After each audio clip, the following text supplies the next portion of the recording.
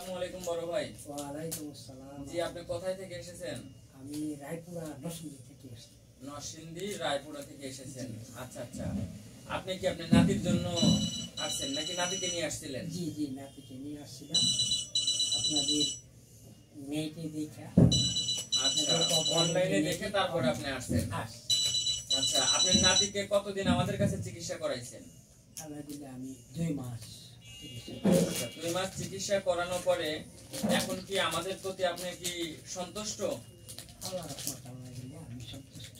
সন্তুষ্ট? আমাদের প্রতি তো কোনো কষ্ট নাই? কোনো কষ্ট আপনাদের আসলে অনেক ভালো।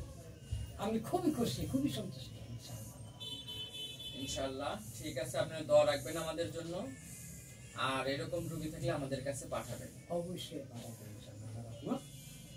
আমার যেটুকু জানা আছে আমি পাঠাবো ইনশাআল্লাহ।